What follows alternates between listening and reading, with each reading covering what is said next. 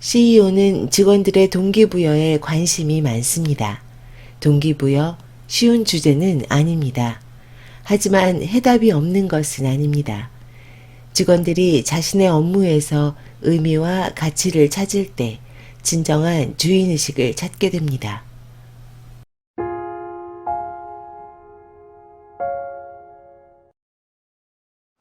보시면 이 사진 기억나십니까? 과거 한 5, 6년 전에 유행했던 사진입니다.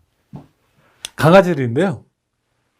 대표님, 부장, 과장, 대리, 사원, 인턴. 혹시 공감하시나요?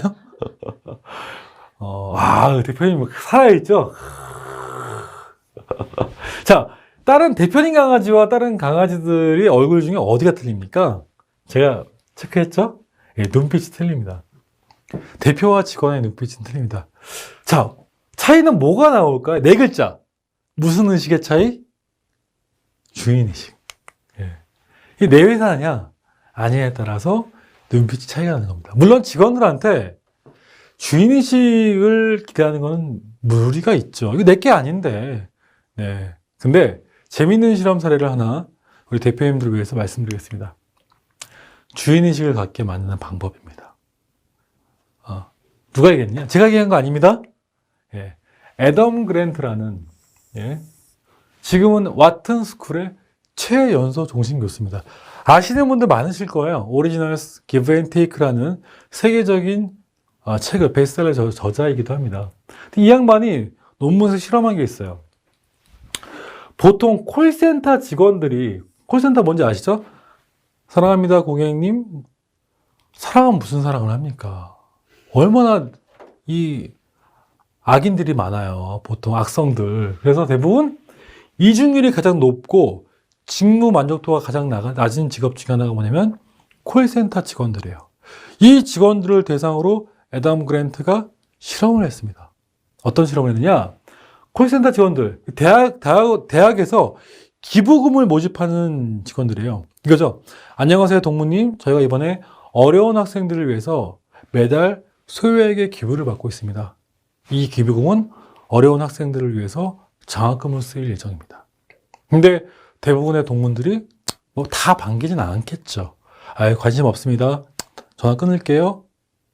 그런데 애덤 그랜트가 이 콜센터 직원들한테 하나의 실험을 했습니다. 그런데 6개월 뒤에 기부금 액수가 무려 3배가 넘게 올라갔다고 해요. 직무 만족도 또한 굉장히 높아졌다고 합니다. 어떻게 했을까요? 급여를 많이 줬을까요? 어떻게 했을까요? 인센티브 아니에요. 인센티브? 아닙니다. 이렇게 했어요.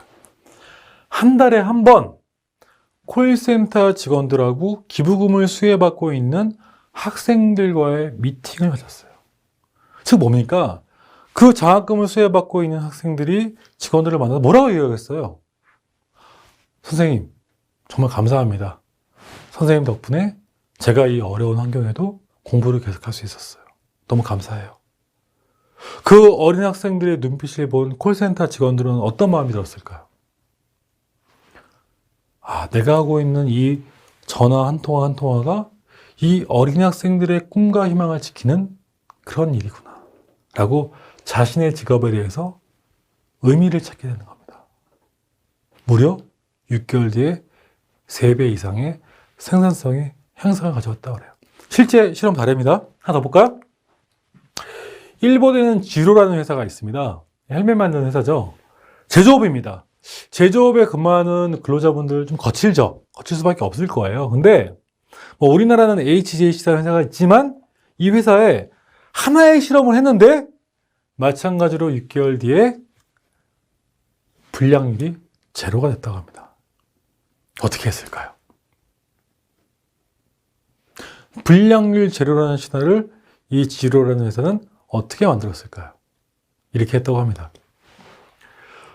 고객 DB가 구축되어 있었는데요. 헬멧을 구매했던 고객들한테 엽서를 보낸 거예요. 어떤 엽서요? 이런 엽서입니다.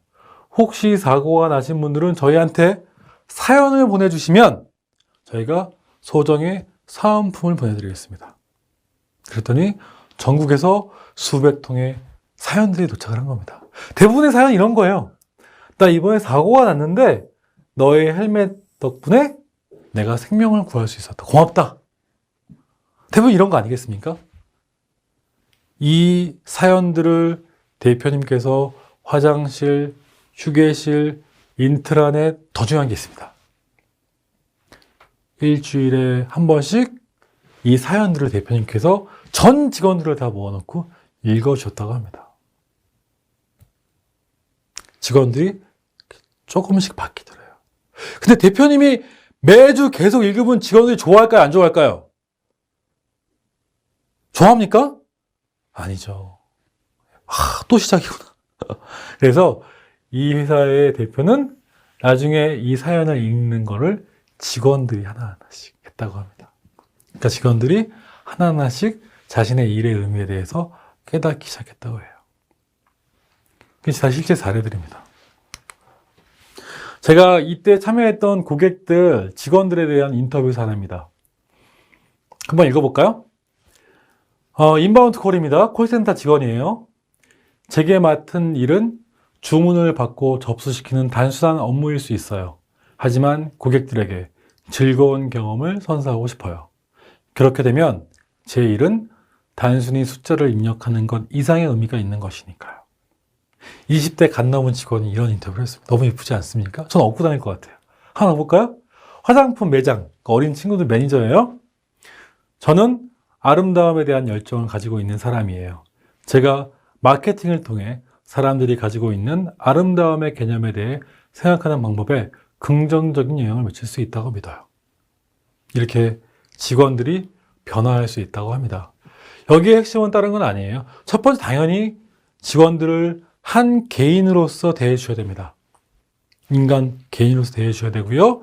그 직원들한테 본인이 맡고 있는 직무에 대해서 그 직무가 최종적인 클라이언트한테 어떤 이익과 만족 기여를 하는지에 대해서 대표님께서 깨닫게 해주셔야 돼요. 누구의 몫입니까? 이건 CEO의 몫입니다. 애덤 그랜트의 사례를 말씀드렸는데요. 꼭 한번 참고해 보셨으면 좋겠습니다. 마지막 제가 말씀드리고 싶은 얘기인데요. 야구 얘기하고 마무리하겠습니다. 보시면 누굽니까? 이 젊으신 분들은 잘 모르실 거예요. 근데 50대, 60대 되신 분들 아실 겁니다. 우리의 명문 구단인 요미우리 자이언츠의 4번 타자 장훈 선수입니다. 참고로 저도 장훈 선수 직접 잘 몰라요. 뭘 통해서 알았냐면 이분의 자서전을 통해서 알았습니다. 정말 전 세계적인 선수였었죠. 근데 우리나라에서 그렇게 각광을 받지는 못했던 비운의 스타이기도 합니다. 근데 그거 아십니까? 전 세계에서 유일하게 3,000안타의 대기록을 가진 사람이 제일동포 장훈 선수입니다. 근데 그거 아세요? 일본 사람들은요, 외국 선수 중에서 슈퍼스타급이 나오면 꼭 이거를 권유해요. 두 글자. 뭡니까?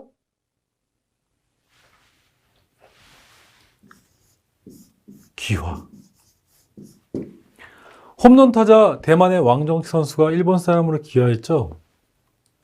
어김없이 장훈 선수한테도 일본인으로 귀화를 권유합니다. 누가 귀화를 권유했냐? 요미우리 구단주, 요미우리 자이언츠 구단주가 직접 장훈 선수를 불러서 네가 만약에 대일본 제국의 식민지 된다면 너한테 돈과 명예와 모든 게 올 거다. 장훈 선수는 뭐라고 했을까요? 일본말로 했겠죠? 네. 와다시와 한국인 데스. 무슨 뜻입니까? 나 한국 사람입니다.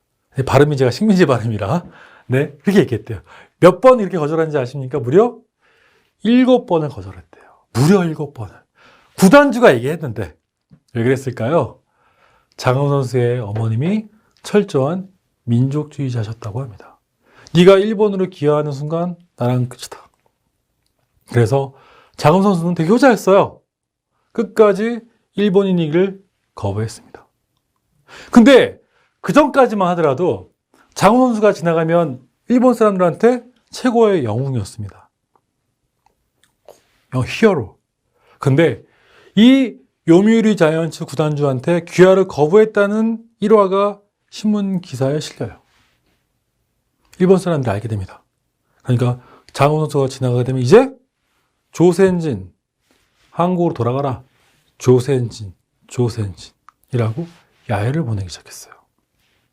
실제 있었던 실화입니다. 어느 날 장훈 선수가 타석에 들었어요. 공을 치려고 하는데 갑자기 관중석에서 일본인 한 명이 조센진이라고 외칩니다. 조센진, 한국으로 돌아가라. 그랬더니 같이 옆에 있던 일본인들도 같이 조센진, 한국으로 돌아가라. 나중에는 조센진 빠가요라고 얘기해요. 너무 시끄러웠어요. 경기를 진행할 수가 없었습니다.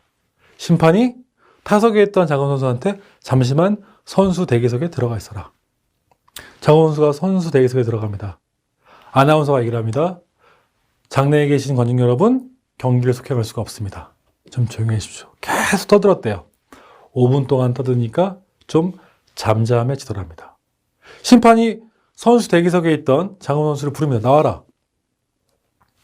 선수 대기석에 있던 장훈 선수가 나오는데요. 배트를 약간 좀 불량하게 이렇게 메고 터벅터벅 나오는데 이쪽이 타석입니다.